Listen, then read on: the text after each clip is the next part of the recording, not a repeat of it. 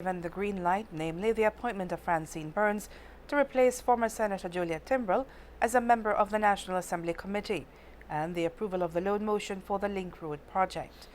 The Senate also did the second and third reading of the three bills brought from the House of Representatives.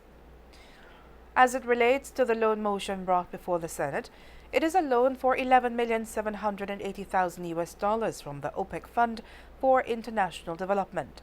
The proceeds from this loan will be used to construct a road from Mile 8 on the George Price Highway to the Philip Goldson International Airport. The loan is for a 20-year term with first payment due in 2021 at a 2.75 interest rate. Opposition Senator Paul Thompson made his debut presentation on this loan motion. That's an equivalent of 23.4 million $23.4 million Belize dollars to build a road from Western Pines, that's 8 miles on the George Price Highway, to Ladyville, I guess around the airport area. While the funds proposed to be borrowed are quite a large sum, the details to this project seem, a little hard to find. I was happy that when I walked in this morning, I received a package stating the number of miles this road will be. And I saw that it is going to be approximately a little over 5 miles. I was told that, lack of information is kind of a norm, but I don't want to believe that. As a young man, I watched and admired Minister of Natural Resources be a champion for transparency and accountability. I worked indirectly with Senator Barnett for a few years. She was touted as the best and brightest technocrat that we had. How can these two senior persons condone this kind of, lack of information, this kind of a thing? There are some other questions that I have regarding this motion. Why is there such urgency to get this motion through in one sitting? Who benefits from this project besides the contractor and the landowners whose land will be acquired? I can bet there are some preferred persons in the mix. Is there a plan for the area that will now be accessible? Is there a housing scheme on the horizon?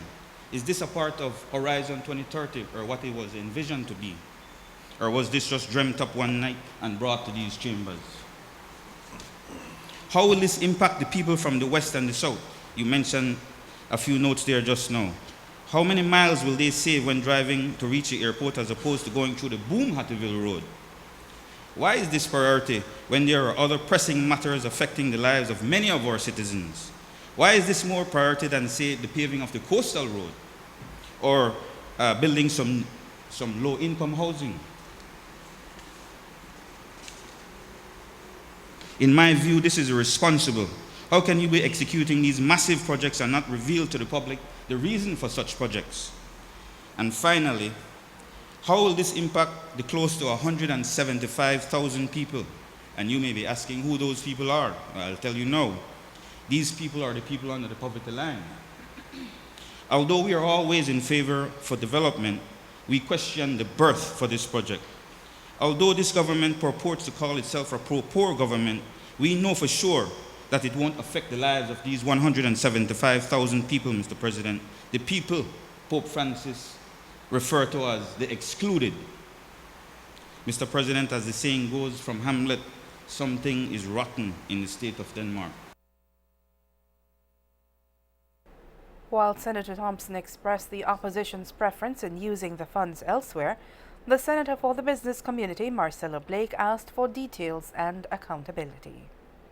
On the matter of the OPEC fund, while the business community is all for investment into infrastructure, what we ask and demand of the government is accountability and transparency.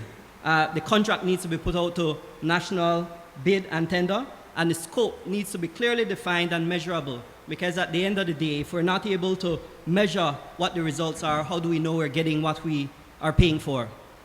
We should work to apply clear, transparent standards for procurement, including requirements for electronic posting and submissions.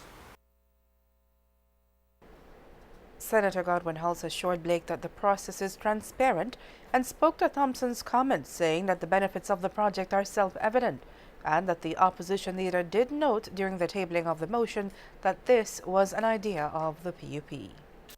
The questions asked by the representative for the business, clearly it will be put out to tender, and clearly the requirements of the contract will be there. This motion is to ask the National Assembly to approve the borrowing for this project. The Honorable Senator from the opposition raised a number of questions, but clearly the benefits of a project like this, I think, in a way, are self-evident. In fact, I did hear during the debate of the House that the leader of the opposition said that, in fact, this was a concept of theirs back then, and this is being executed now by this government. The point is that infrastructure, there is no doubt, helps to move the nation, and it can be argued what is a priority and what is not a priority. The fact of the matter is the corridor from the international airport, everybody know, is a very, very tight one. The Philip Goldson Highway really by now should have been a 4-lane highway if land and space was available to be able to move. Coming in from that area is very, very difficult in the morning. We're now up to, I think, 7 or 8 airlines coming in. That will expand, and as a consequence, we do need to have a corridor to move people, goods and services coming in at a faster and at a different pace. The loan motion was passed in the Senate.